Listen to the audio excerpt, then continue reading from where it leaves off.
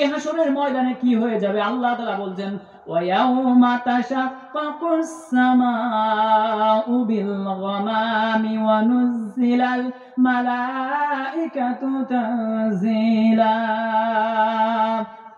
আল্লাহ বলছেন সে হাসরের ময়দানে আল্লাহ তাআলা মেঘমালা দিয়ে আকাশ বিদীর্ণ করে দিবেন, ফেরেশতারা দলে দলে অবতরণ হবে এবং এরপরে আর কি হবে? আল মুলকু ইয়াউমাইযিনিল হাক্কু লির-রাহমান ওয়া কানা ইয়াওমান আলাল কাফিরিনা আসীরা।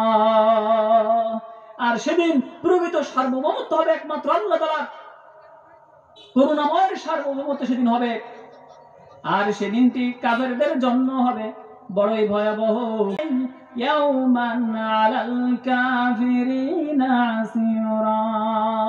কাফের যারা হবে, অবিশ্বাসী যারা হবে, যারা দিনকে যারা এরকম করে অবিশ্বাস করেছিল, মানে নাই, তাদের অবস্থাটা সেদিন হবে খুবই ভয়াবহ।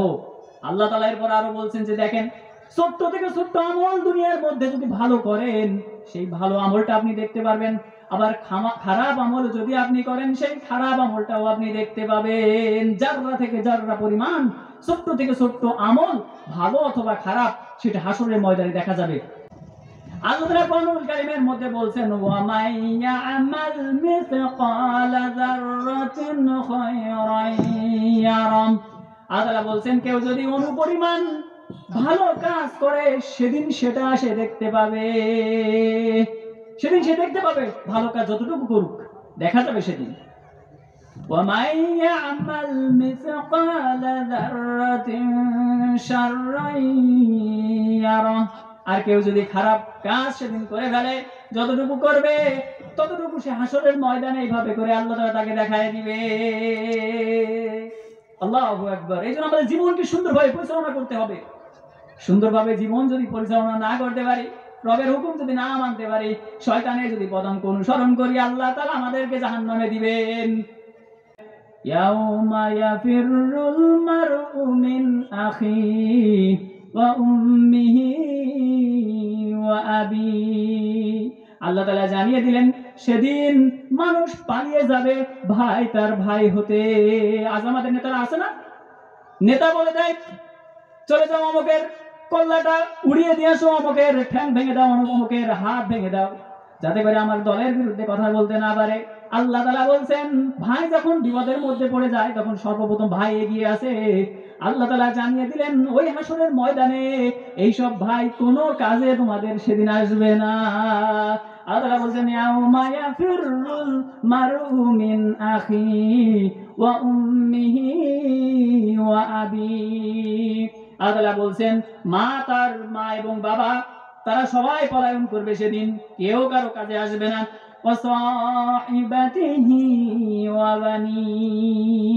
তার স্ত্রী সন্তান সন্ততি পর্যন্ত পলিয়ে যাবে, কেউ কাজে আসবে না সেদিন, কেউ কারো উপকারে সেদিন আসবে না।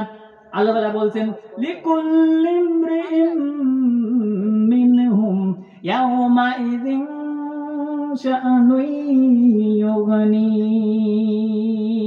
আল্লাহ বলছেন যে সেদিন তাদের প্রত্যেকের অবস্থা হবে গুরুতর অবস্থা সেদিন হয়ে যাবে। সেদিন ভয়াবহ অবস্থা মধ্যে তারা এরকম করে নিপতিত হবে। আল্লাহ বলছেন এরকম করে আল্লাহ তাআলা জানিয়ে দিলেন এই ভয়াবহ অবস্থা তাদের ব্যতিব্যস্ত করে রাখবে। দুনিয়ার মধ্যে আজ আমরা চলাফেরা করি, রবের হুকুম মানি না, দিনের উপরে চলি না, সে হাসরের ময়দানে অবস্থা তাদের জন্য হবে খুবই ভয়াবহ। আল্লাহ তাআলা বলছেন এরপরে কি হবে?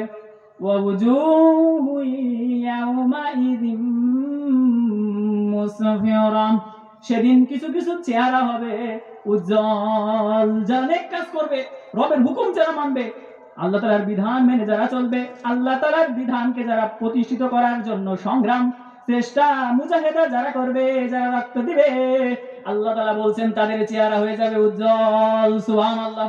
আল্লাহ বলেন এরপরে কি হবে? আল্লাহ বলছেন দাইকাতুম মুস্তাবশিরা। আল্লাহ বলছেন আর কিছু কিছু চেহারা সেদিন হয়ে যাবে আনন্দে উৎফুল্লিত, কিছু চেহারা হয়ে যাবে হাস্যোজ্জ্বল। যারা ভালো কাজ করবে, রবের হুকুম যারা মানবে, তাদের চেহারা এরকম হয়ে যাবে হাস্যোজ্জ্বল। আর যারা এরকম করে আল্লাহর হুকুম মানবে না, তাদের অবস্থা কি হবে? ইয়াউমাইযিন আলাইহা গবারা। আল্লাহ বলছেন আর কিছু কিছু চেহারা সেদিন হয়ে যাবে মলিনতায় তাদের চেহারা ঢেকে যাবে। আহা, অবস্থা কি ভয়াবহ সেদিন হয়ে যাবে, তাদের চেহারাটা কালো হয়ে যাবে। কারণ এখন আমার অবস্থা কি হবে, ভয়াবহ অবস্থা সেদিন হবে। আল্লাহ তাআলা আরো জানাচ্ছেন উলাইকা হুমুল কাফারাতুল ফাজারা। আল্লাহ বলছেন এই কাফেরদের অবস্থা সেদিন ভয়াবহ হবে, আর এরাই হচ্ছে সেই পাপিষ্ঠ, এরাই হচ্ছে সেই কাফের, এরাই হচ্ছে সেই পাপাচারী। তাহলে পাপাচারীদের অবস্থা হবে খুবই ভয়াবহ।